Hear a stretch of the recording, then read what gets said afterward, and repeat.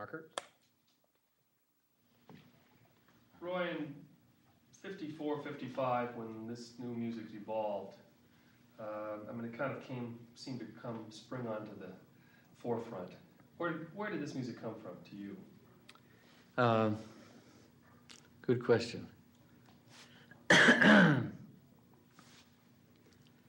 I first became aware of a sort of a strange music or a new music or new excitement and vitality in music, I think when I went to the University of North Texas in 1954. There were some great records being played, from Johnny Ace to Laverne Baker to Elvis Presley. And that'd be the fall of 54, 55.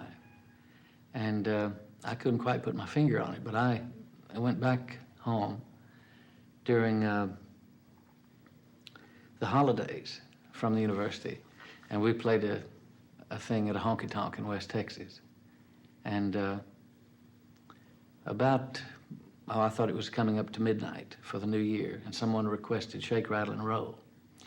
And I didn't know that, but I knew part of it. So at the bewitching hour, we started playing Shake, Rattle, and Roll.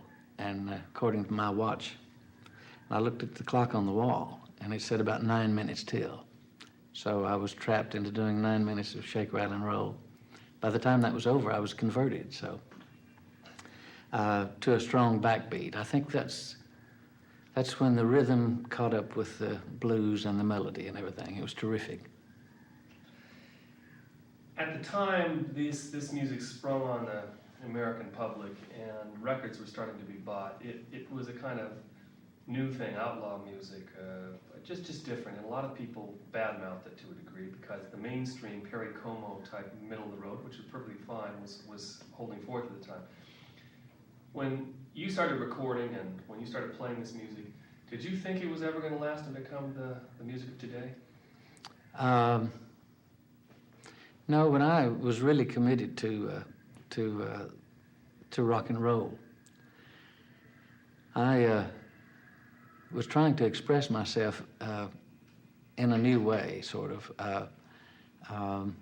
We all were, Elvis and myself and everybody at Sun Records and at Chess Records and all the independents. It seemed to spring from the independents and not the major labels. I remember just writing what I wanted to write, the way I felt. It was more or less a feeling music. Not that other music is not feeling, but it was more of a feeling music. And could have come from the rhythm. And I wasn't really aware that it was a new music altogether. There was a new excitement, and I just played and sang, for my part, how I felt. And I was hoping that I could last, as an artist, that whatever I had to offer would last, but I didn't really worry about it, and I don't think many of us did. We were just working and trying to get a little recognition, trying to make $1, and but very much in love with what we were doing.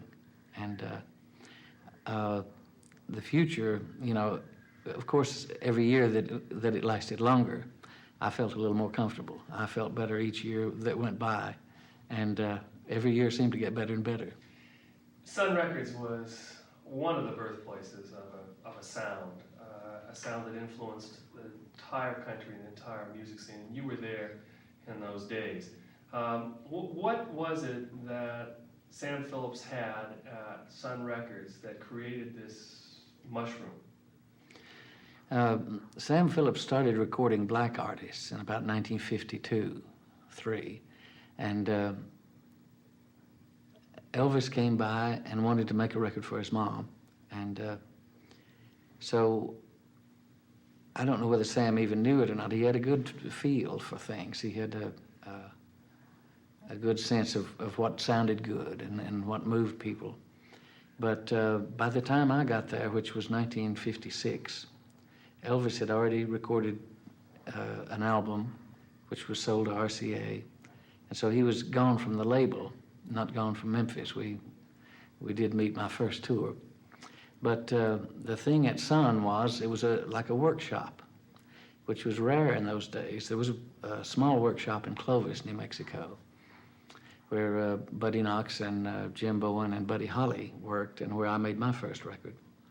And at Sun, it was the same thing. You could go in and try to make a record. And if it was exciting enough, well, you know, it was released. Now, Sam's advice to me, and I think to most of his artists, he would bring out an Arthur Crudup record, or he'd bring out Mystery Train, or That's All Right. And he said, sing like that. And what he meant was sing with that much enthusiasm and that much feeling. And he didn't explain it that way. He said, sing like that. And of course, I couldn't sing like that. None of us could. But we sort of got the message. And it was a good place to be at the time. Wasn't really big time, but and from our point of view, there were other strongholds, other small places like New Orleans and Chicago making good records. You know, we looked to those other places as well, and it was just a good place to go try out things. When you first started, I mean, Ooby Dooby was your first hit, I mean, regional hit, but you know, it put you on the map in a way. And it was more of a rock and roll type feeling, up-tempo. And of course, the ballad is what really, you know, you defined your style with. Now, when you were at Sun and they were singing, were they sing in a certain way? I mean, were you singing the kinds of things that you wanted to sing there, or were you singing to, you know, at the beginning to fit into a trend? I felt very inhibited at Sun because rock and roll was so new to me that, and I had this craving to do love songs or sentimental things or romantic songs with a beat, though, you know, something with a medium tempo. But each time I would try that, why, I remember as Sam Phillips was making records, a young guy came by named Jack Clement, and he was engineering when Sam didn't. And he was there when Jerry Lee Lewis came by to make a record, and they, that afternoon, cut a record called Whole Lot of Shaking Going On. But anyway, I went to do about my third record for Sun, and I sang a few songs, and Jack said, look, Roy, he said, you'll never be able to sing a ballad. He said, forget about that, and let's just go with, you know, this rock and roll, rockabilly stuff. And I see Jack from time to time, and he said, you're still trying to sing a ballad, aren't you? So, no, I didn't feel comfortable at Sun, and I think well, the thing was that when I got to Monument Records, for instance, and they let me do what I wanted to do, we started having success immediately, a big success. But I had a lot of fun at Sun Records with hanging out with Elvis and Jerry Lee and going on the road with Carl and Johnny and everybody. It was a great time. It was very exciting. Now, I've read that you think that sound at Sun was responsible for you developing such a strong voice. I mean, you've got such a brilliantly strong voice. But those early times, did that, you know, help you develop something? Yeah, the thing was with Sun Records, it was very much like, I heard an interview by Harry James once, and he said he started playing in a circus, blowing the trumpet in a circus when he was a young boy, and developed a leather lip. And the thing was that if Harry had not been able to play all evening at the circus, well, then he wouldn't get paid. The same thing with us, basically, because I have a very strong voice, blessed with a strong voice, and so did Presley, so did Johnny Cash, and Jerry Lee, all of us, in fact. And that's from having to sing, I think, over the instruments in the studio. It was a very small studio at Sun, and cranking up the amplifiers and the drums and all that, and the technology wasn't such that they could pick up a voice as they should, so you had to sing louder and longer. Of course, if you couldn't sing, you didn't get the record made, or if you didn't sing at the dances for 6 hours, you didn't get paid. So I think it's in part responsible for all the big voices, Cut. Marker? Well, what's the first thing that comes to your mind when I say Chuck Berry? Maybelline. I was doing a television show in Odessa, Texas, and wasn't writing many songs. In fact, in order to be a success at the time, television was fairly new to the area. And I learned everybody's songs to get, 10 songs a program. And Chuck was tailor-made for me. He was terrific, Once he gets a song written just right, why, anybody can sing it, What do you think was unique about his sound, or unique about him?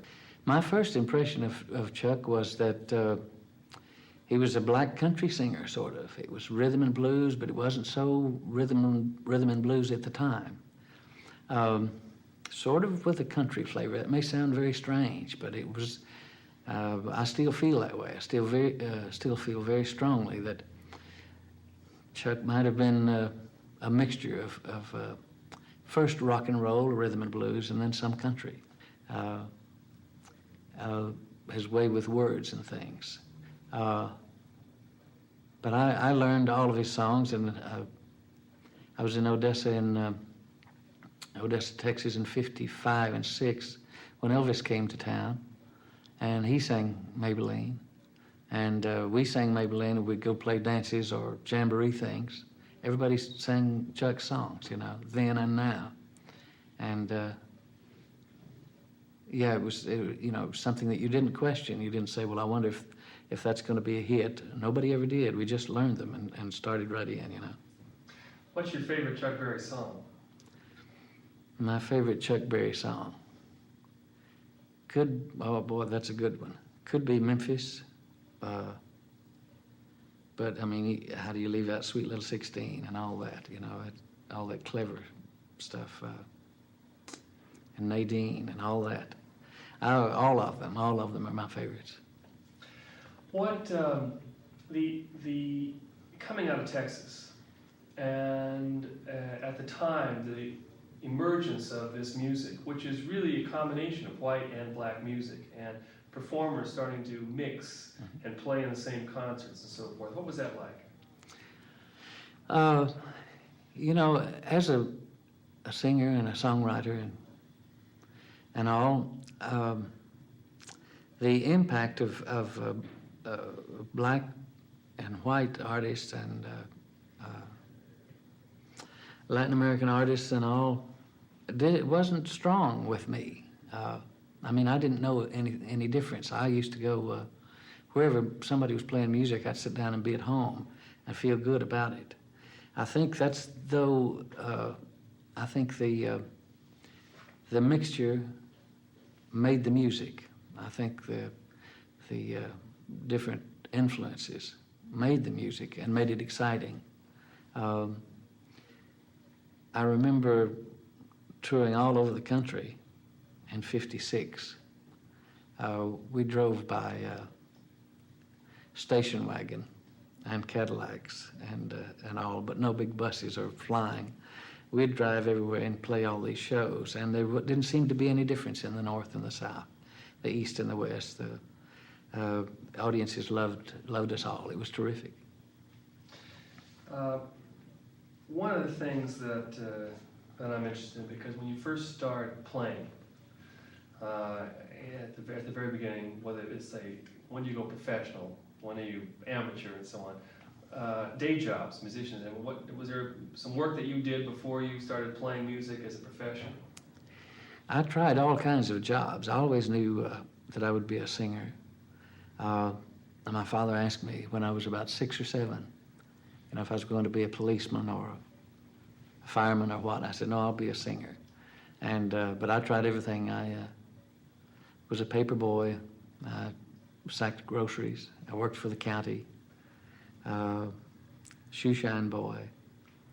And then between high school and college, the first year, I worked for El Paso Natural Gas Company in Texas, and very hard laboring work. And that spurred me on to greater things, to inspired me to be a singer, a good one, because I didn't enjoy that at all. But I tried the jobs, and I really always wanted to be just successful enough that I wouldn't have to work, that I could write songs all day. And then, of course, more success, and then I wanted to be a hit recording artist, and then I wanted to be all things. But no, I left the day jobs behind a long time ago. Influences on you, musical influences on you. My musical influences would go back all the way to, in the early days, to country singers, like when I was 6 years old or so.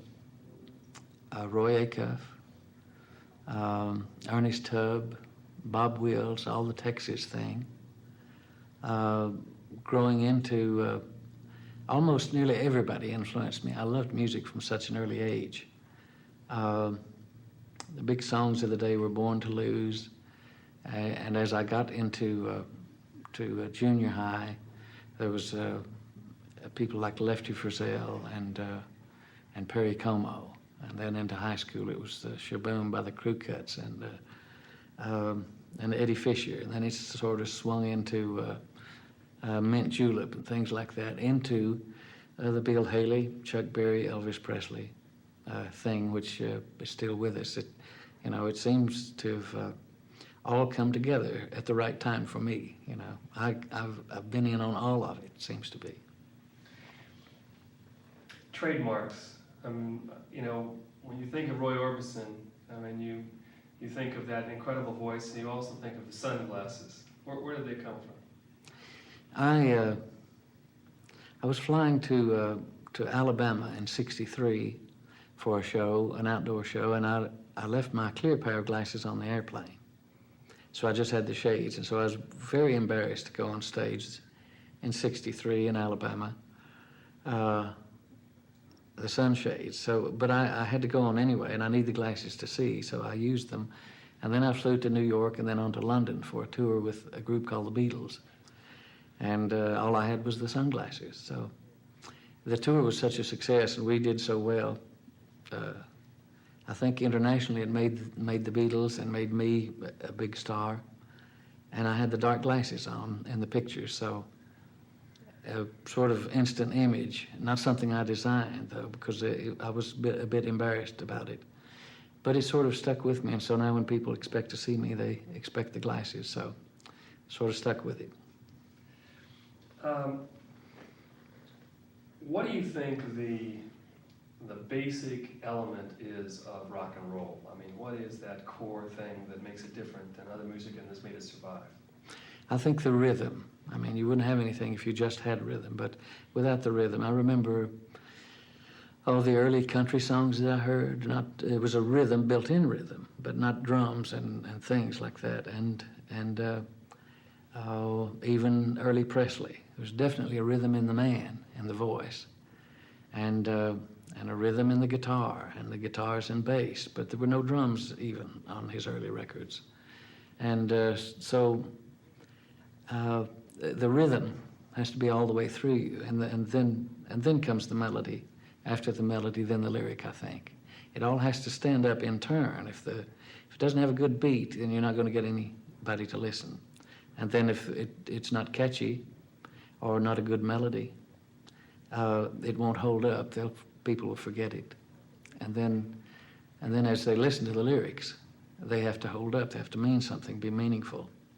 And I think that's the progression of the way the sound, it's the way it hits me anyway. In terms of stage performance, and I know in the early days of Sun, the whole thing of rock and roll, there was a different sense when, it wasn't like going to a concert with a baby grand on stage and a crooner standing at the microphone. There was a different, more active performance style. How did that evolve? I had played shows for many years before I became a professional.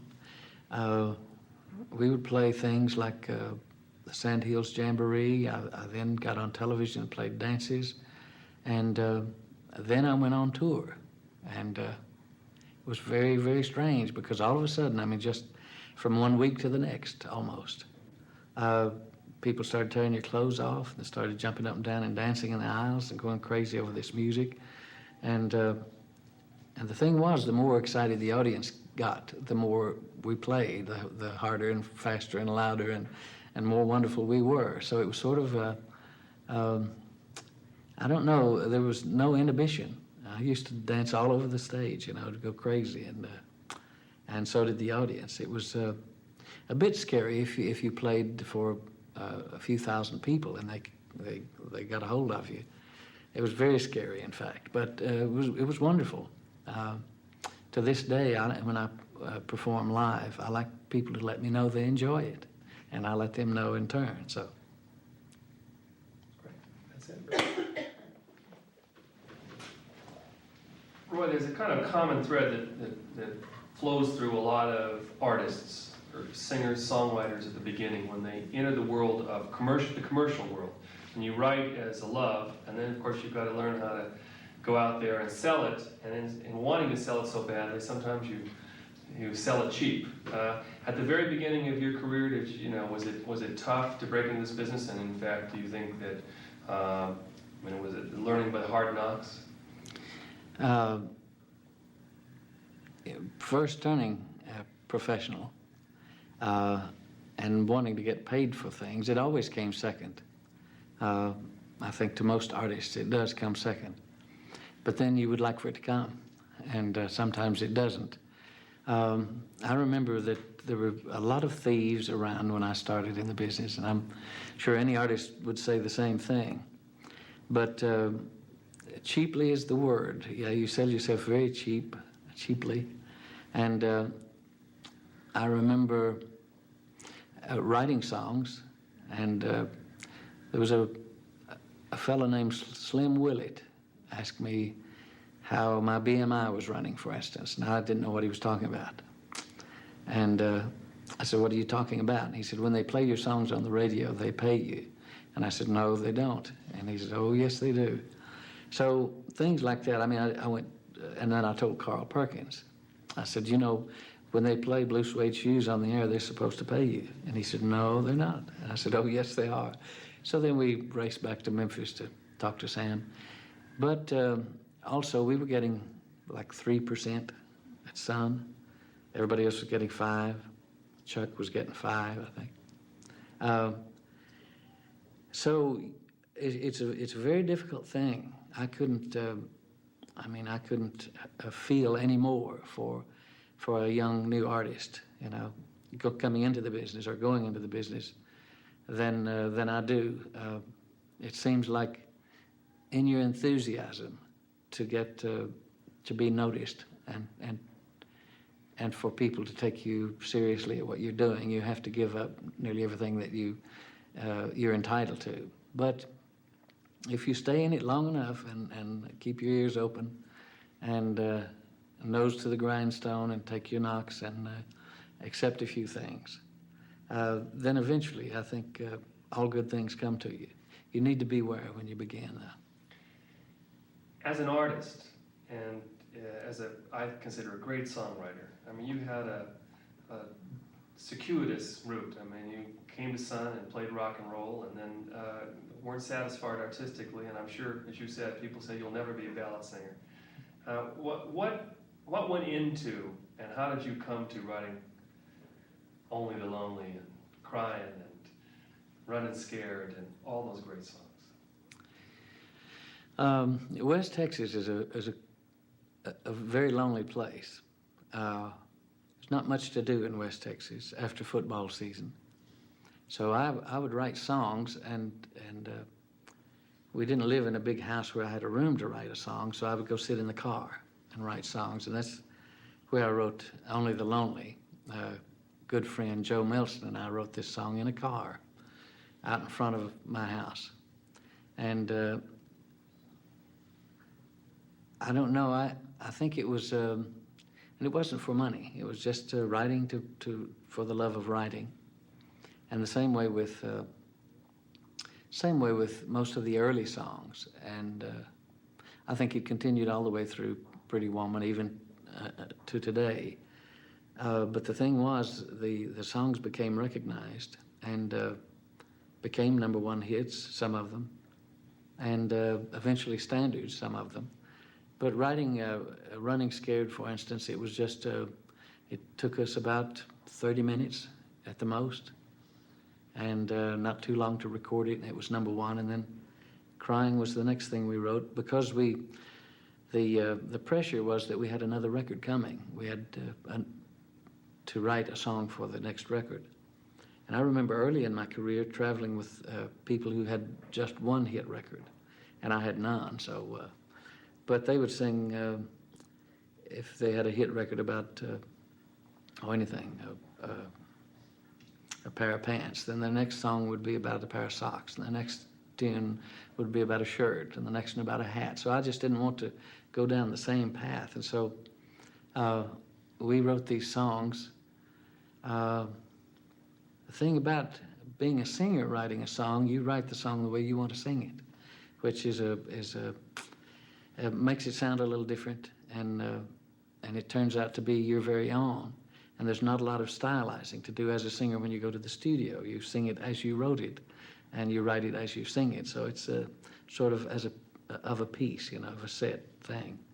And but let me ask you, on Running Scared, which has to be one of the most unique and compelling ballads I've ever heard.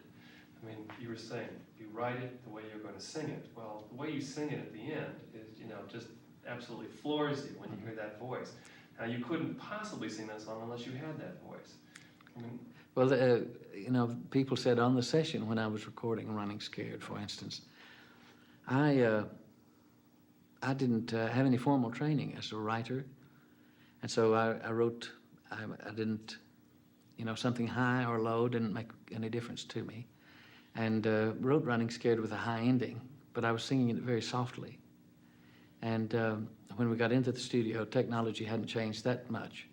And I remember the producer saying, he said, we're losing the end of the song. He said, if you can't hit that note a little harder, or those notes, he said, we'll lose the record. And of course, everybody heard that in the studio, and I was embarrassed by that and upset and a little bit angry. And I said, run it one more time, please. And so then I hit the note, and everybody looked around, and there were 30-something musicians in that little studio. But those things come with the doing. If you're trying very hard and you're fairly innocent and your motives are fairly pure, then good things happen to you. The good Lord seems to smile on you and give you a little extra each time as you go. So from Running Scared through Crying, which was even more of a vocal experience, all the way through Pretty Woman and all, was probably an evolutionary thing. It was a growth thing on my part. The world discovering rock and roll, and the world discovering Roy Orbison and the songs. I mean, was that a surprise to you? I mean, you do the songs that are hits, and then to go to Europe, for instance, you travel with the Beatles, and to find that they know your work, that your work has influenced them, and that, there's a second generation of your work. It's very gratifying as a songwriter to see that the songs have held up a good while, and as an artist to be recognized in Europe and Australasia and foreign climes. It's at the time I was writing and singing and touring, I didn't think about that. I didn't think of posterity and didn't think of the lasting impression or the influences that might be generated. Just kept going and doing, and with a certain amount of excitement and a certain flair and a lot of luck, just kept going. But it's wonderful to see. These days, if a song lasts 20 years, you've pretty much got a standard. And as a writer, to hear other people do your songs, like I'm sure Chuck would appreciate people doing his songs. It's just a wonderful thing that it's a one-time thing for you, and then you hear a new generation and someone else and all different variations and versions of songs. It's wonderful. again, at that period of time with Chuck Berry and what he represented to artists and also just in terms of a general audience, what do you think, just in terms of summing him up, what do you think his contribution is? I think Chuck's contribution, for me at least, he's the first songwriter-singer that I know of. There were others, but not with that much rhythm and that much, the way the lyrics rolled off the tongue, the way they stabbed, the way they cut, and the way they sort of seemed to lay there with the drums, all the lyric. It's just a free-form expression. You couldn't find an earlier example of a singer-songwriter, guitarist. And he did the same thing with the guitar that he did with his voice and with his writing. A complete person. I've seen Chuck, we've toured together, and Chuck comes out by himself. There's another group there, but Chuck's always by himself, and that's all he needs is himself. And the other's just icing on the cake. The first great songwriter, singer, guitar player.